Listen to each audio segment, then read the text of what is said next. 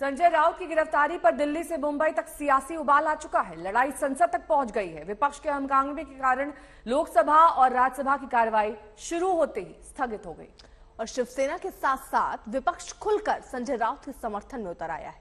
विपक्ष ने केंद्रीय एजेंसियों के दुरुपयोग का आरोप लगाया तो बीजेपी ने जैसी करनी वैसी भरनी वाला तंज कसा।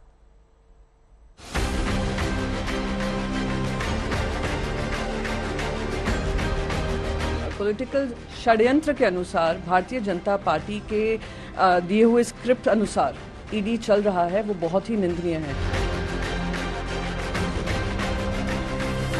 तारीख वही मांगता है और स्पष्टीकरण वो नहीं दे पाता है जिन्होंने सच में भ्रष्टाचार किया है। अनेक लोगों को जेल में डालने की धमकी देने वाले संजय राउत को आज जेल में भेजा जा रहा है। सत्यमेव जयते। संजय राउत की गिरफ्तारी पर मुंबई से लेकर दिल्ली तक सियासी पारा चढ़ा हुआ है। शिव सैनिक सड़कों पर आ गए। शहर शहर नारेबाजी है, प्रदर्शन है, बैनर है, पोस्टर है।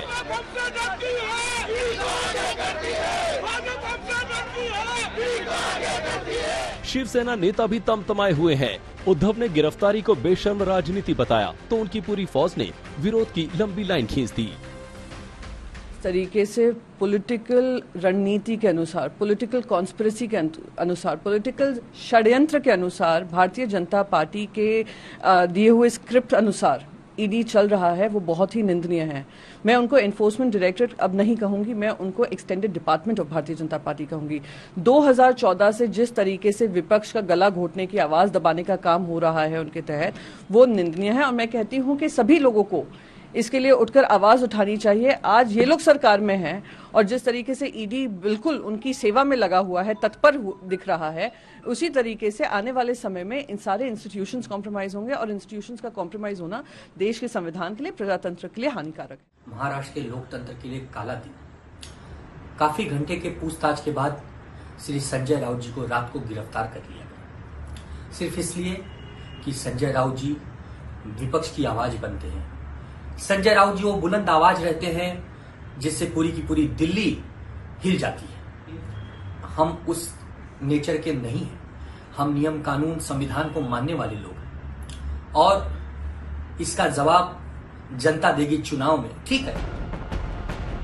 शिवसेना के विरोध को विरोधी दलों का भी समर्थन मिल रहा है। कांग्रेस समेत तमाम विपक्षी दल राउत की गिरफ्तारी को दमनशाही नीति बता रहे हैं। आदिर रंजन ने कहा कि संजय राउत जिगर वाले नेता हैं, गिरफ्तारी से झुकेंगे नहीं। संजय राउत को विपक्ष का साथ मिला तो बीजेपी और उसके शिंदे गुट ने संजय राउत के खिलाफ मोर्चा खोल दिया। अमरावती की सांसद नवनीत राणा ने तो यहाँ तक बोल दिया कि भ्रष्टाचार के तार मातोश्री तक जुड़ जाएं तो हैरानी नहीं। संजय राउत जी पे जो कार्रवाई हुई है, मुझे लगता है ईडी ने बहुत देर कर दी। ये कार्रवाई तो मुझे लगता है कई महीनों पहले ही हो जानी चाहिए थी। तारीख वही मांगता है और स्पष्टीकरण वो नहीं दे पाता है जिन्होंने सच में भ्रष्टाचार किया है। पत्राचार के रिलेटेड हो, अलीबाग का सब्जेक्ट हो और महाविकास अघाड़ी के एजेंट बन के ये संजय राउत जी काम कर रहे थे और 25-30 कंपनियां ऐसी हैं जिसमें ये पार्टनर हैं और उनके साथ में मिलकर इन्होंने भ्रष्टाचार किया है। अनेक लोगों को जेल में डालने की धमकी देने वाले संजय राउत को आज जेल में भेजा जा रहा है। सत्यमेव जयते। संजय राउत ब्रांड ठाकरे का बड़ा चेहरा है, बड़ी आवाज है। उनकी गिरफ्तारी के सियासी मायने भी बड़े हैं और संदेश भी। यही कारण है कि राउत की गिरफ्तारी से न सिर्फ महाराष्ट्र की राजनीति में उबाल है बल्कि दिल्ली तक सियासी बवाल है। मुस्तफा शेख, देवेश सिंह के साथ साहिल जोशी, मुंबई, आज तक। वहीं संजय राउत होने का अपना अलग एक मतलब है, एक मायने है, क्योंकि संजय राउत मतलब उद्धव ठाकरे की आवाज, उद्धव ठाकरे के भरोसेमंद आदमी, उद्धव ठाकरे की ढाल। सामना से संपादकीय से शिवसेना की प्रेस कॉन्फ्रेंस तक संजय राउत मुखर रहे हैं। दुनिया ने उनके बयान को उद्धव ठाकरे का बयान समझा है।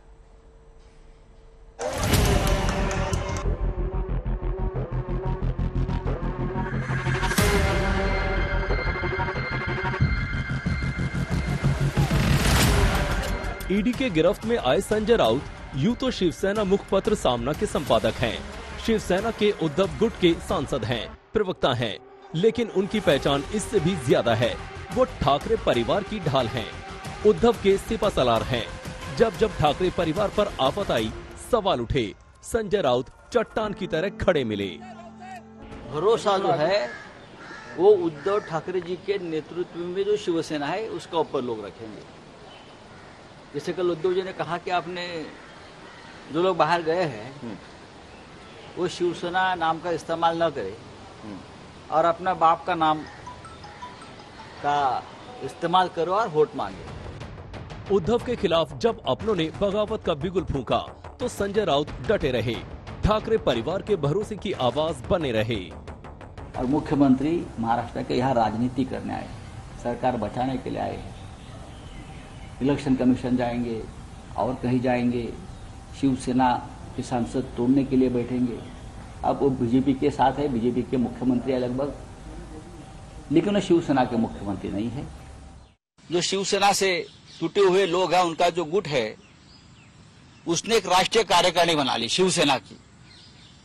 हम लोग यहाँ बैठकर हंस रहे थे, महाराष्ट्र की जनता भी हंस रही है, मजा ले रही है, चुटकी ले रही है। बीजेपी शिवसेना के संबंध बिगड़े तो ठाकरे खेमे की आवाज संजय राउत ही थे। यहाँ तक कि बीजेपी ने संबंधों के दरार के लिए राउत को भी कुछ हद तक जिम्मेदार ठहराया। देवेंद्र फडणवीस लोगों को गुमराह कर रहे हैं। हनुमान चालीसा पढ़ने के लिए किसी के ऊपर देशद्रोह का गुनाह नहीं दाखिल हुआ है, समझ लीजिए। वो वकील है, वो लॉयर है। कल मुंबई हाईकोर्ट ने भी उस बारे में अपना मत जो व्यक्त किया है, वो पूरा जजमेंट फडणवीस साहब ने पढ़ना चाहिए। हम भी कहेंगे कि हनुमान चालीसा जरूर पढ़िए। आपका मन अशांत है तो आप अपने घर में मंदिर में जाकर पढ़िए।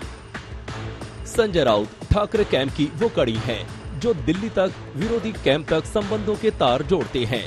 वो कभी राहुल गांधी के साथ दिख जाते हैं तो कभी ममता बनर्जी के साथ। आज तक के इतिहास में हमारे डेमोक्रेसी में ये इसी दिन हमने कभी देखने को नहीं मिला था। डेमोक्रेसी और जस्टिस की मांग करने वाले हमारे 12 सांसदों को सस्पेंड कर दिया। आज हम यहाँ चल कर आए। हम सब 12 दिनों से महात्मा गांधी जी के चरणों में बैठे थे और आज दूसरे गांधी के साथ चलकर हम यहाँ तक आए हैं। संजय राउत तब भी मुखर थे जब ईडी सुशांत राजपूत केस की जांच कर रही थी और सवाल आदित्य ठाकरे पर किए जा रहे थे। बिहार चुनाव खत्म होने के बाद सुशांत सिंह राजपूत पटना में कहाँ रहता था, उसकी फैमिली क्या कर रही है, वो आज राजनीति करने वालों को उसका आता पता भी नहीं होगा, भूल जाएंगे सब। सुशांत सिंह पटना से मुंबई में आया था, मुंबई में रहता था। सुशांत सिंह को जो भी कुछ मिला है, चाहे पैसा, फेम, का मुंबई ने दिया है सब कुछ। वो मुंबई का लड़का था। यही कारण है कि केंद्र की एजेंसी का संजय राउत के घर तक पहुंचने, उन्हें गिरफ्तार करने के सियासी मायने बड़े हैं। पंकज उपाध्याय, देव कोटक के साथ साहिल जोशी, मुंबई, आज तक।